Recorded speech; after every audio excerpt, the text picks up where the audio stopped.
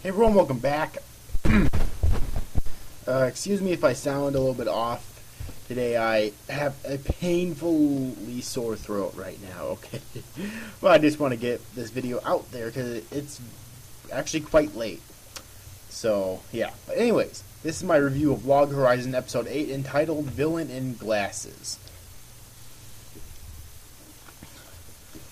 Alright, so once again with Log Horizon, they're not really doing anything new with this episode, but they're not really doing anything like that's inherently bad. Like, this series so far has been staying a consistent level of good. Like, it hasn't delved into shit, but it hasn't risen into greatness yet. Alright, and most series tend, at least in my opinion, tend to fluctuate in quality. This has been staying a consistent level of good so far, so I guess it's good that it's not dipping into shit, you know? Like, I can at least thank it for that. So, yeah, but anyways, on to the summary. Following the second stage of Shiro's plan, Marielle and Henrietta meet with Kara Sheen, master of the Shopping Street 8 Guild, to discuss an agreement involving the exchange of food ingredients. Kara Sheen tries being coy in his attempt to establish an exclusive deal with the Crescent Moon Alliance's food business. Having already anticipated this, Shiro has Marielle and Henrietta introduce their intention of bringing in the masters of the other business venturing guilds, Michitaka and Roderick of the Marine Agency and Roderick Merchant Guild, respectively.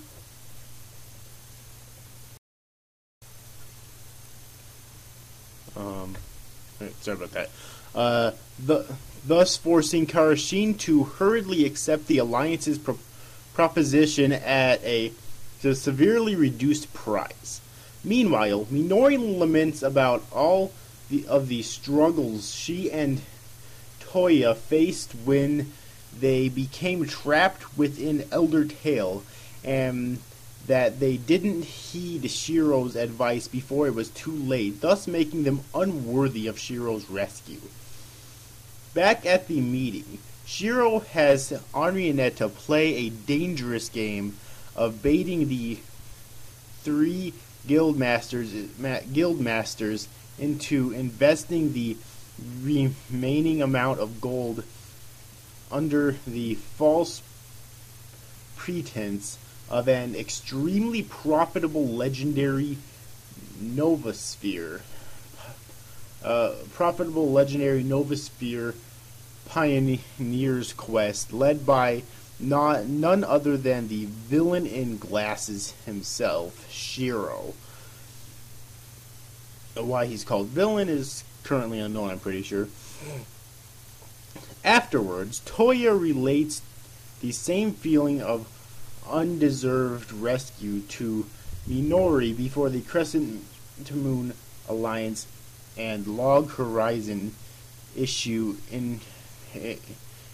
invitations to Akihabara's largest guilds for a conference to discuss the city's future.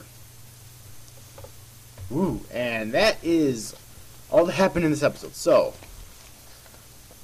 let's move on to the actual review portion of this video. So, as you can tell, there was a lot of talking, and I'm going to be perfectly honest with you here. I had mixed opinions on the talking in this episode. Now, it wasn't necessarily boring, per se. Like, I was able to get through it, obviously, without wanting to fucking kill myself. But, this is kind of middle ground talking, I think, because it wasn't nearly as interesting as in, say, I think it was not episode 8 or 9 of... No, it was episode 9, I'm pretty sure, of Arpeggio Blue Steel, which was mostly talking, but it was really interesting talking. It still kept you interested the entire way. This, you know, it wasn't it wasn't nearly that level of interesting, but it wasn't completely boring either, and there was actually some comedy within it as well to continue to keep you interested. Alright. Yeah. So it was kind of middle ground, but I just kind of wish that there was a little bit more. Really, the most interesting part about it, I think, was I forget their names. Those two children that once met Shiro. I honestly thought that the most interesting part of the episode, in my opinion, was seeing them again. All right, because I actually think that their subplot is actually kind of interesting. All right, and I'm always interested to see more about them and see what's going on with them, and I can't wait until Shiro saves them, because it's obvious Shiro's gonna fucking save them. I mean, this series is kind of predictable in that regard, which is something that I do have to kind of docket points for, is that it is kind of predictable. It's obvious that Shiro's going to save them eventually, but, you know, I just can't wait for that to happen, though, because, like I just said, I do really enjoy their subplot. Alright. And other than that, though, I think I'm going to just about wrap up this review. I know it's kind of a short review, but not really much more for me to say, because, you know, I can't really comment on any action because there was no action. All I can say is that the comedy in this series I do think is really funny. Like, also, I have to make a quick comment. I feel sorry for Akatsuki. Like, I feel really sorry for Akatsuki. Like, I want to just jump into my fucking computer screen and save her from Henri and Etta. Honestly, I feel so bad for her. And it takes a lot for me to feel bad for someone, but goddamn, that must be fucking horrible. So, I mean, God. So, yeah. But anyways, overall, hope you enjoyed this review, guys. See you after, guys. Thanks for watching. Bye-bye.